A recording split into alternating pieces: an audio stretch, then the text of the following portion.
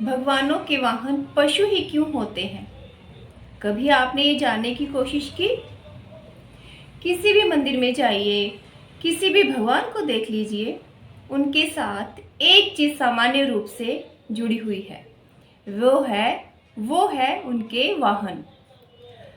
लगभग सभी भगवानों के वाहन जो हैं वो पशु ही माने गए हैं। शिव जी के नंदी बैल को देख लो, या दुर्गा माँ के शेर तक, या विष्णु भगवान जी के गरुड़ और इंद्र के ऐरावत हाथी तक, सभी देवी देवता पशुओं पर ही सवार होते हैं। आखिर क्यों सर्वशक्तिमान भगवानों को पशुओं की सवारी की आवश्यकता पड़ गई, जबकि वो तो दिव्य शक्तिमान है, पल भर में कहीं इधर कभी उधर जा सकते हैं। पर क्यों हर भगवान के साथ पशु को ही जोड़ा गया है?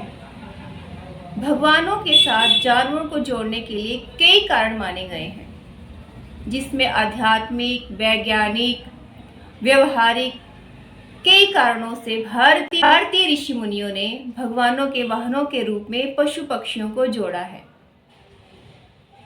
वास्तव में देवी देवताओं के पशुओं को उनके व्यवहार के अनुसार जोड़ा गया है। और दूसरा सबसे बड़ा कारण है प्रकृति की रक्षा।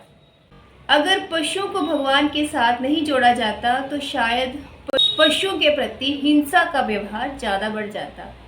भगवान के साथ एक पशु को जोड़कर भारतीय ऋषि मुनियों ने प्रकृति और उसमें रहने वाले जीवों की रक्षा का एक संदेश दिया है।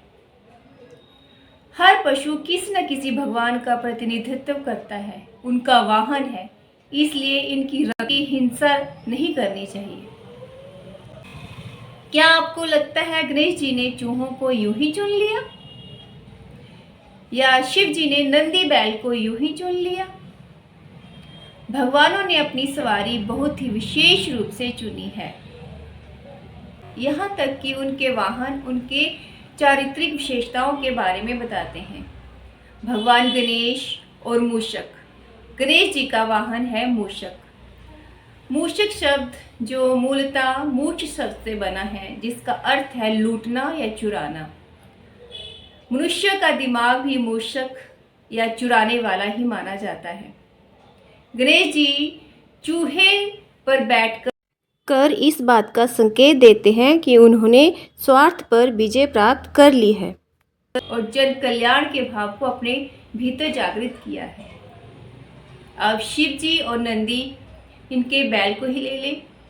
जैसे शिव भोले भाले, सीधे चलने वाले, लेकिन कभी कभी भयंकर क्रोध करने वाले प्रवृत्ति के माने गए हैं, वैसे ही उनका नंदी बैल इन्हीं संकेतों का प्रतीक है। वहीं कार्तिकेय और मयूर।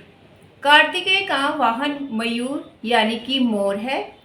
एक कथा के अनुसार ये वाहन उनको भगवान विष्णु ने भेंट किया था। भगवान विष्णु ने उनकी साधना की क्षमता को देखकर ये वाहन उनको उपहार के रूप में दिया था। इसका अर्थ है चंचल मन। मयूर का मन भी चंचल होता है, इसलिए कार्तिकेय के वाहन को मयूर माना गया है। अब माँ दुर्गा और शेर। माँ दुर्गा तेज शक्तिशाली का प्रतीक है, तो उनके साथ सिंह को जोड़ा गया है, यानी कि शेर को जोड़ा गया है। शेर भी एक क्रूरता, आक्रमणता और शौर्य का प्रतीक है। ये तीनों विशेषताएं माँ दुर्गा के आचरण में देखने को मिलती हैं। और एक रोचक बात, शेर की दहाड़ माँ दुर्गा की ध्वनि ही माना जाता है, जिसके आगे संसार की सभी आवाजें कमजोर मानी जाती हैं। ऐसे ही माँ सरस्वती और हंस। हंस संकेतों की भाषा में पवित्र और जिज्ञासा का प्रतीक माना गया है, जो ज्ञान की देवी माँ सरस्वती के लिए सबसे बेहतर वाहन है। भगवान विष्णु और गरुड़। गरुड़ प्रतीक है दिव्य शक्तियों और अधिकार का।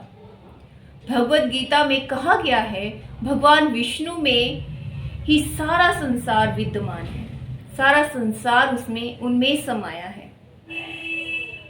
सुनहरे रंग का बड़े आकार का ये पक्षी भी इसी ओर संकेत करता है कि भगवान विष्णु की दिव्यता और अधिकार क्षमता के लिए ये सबसे बड़ा और सही प्रतीक है।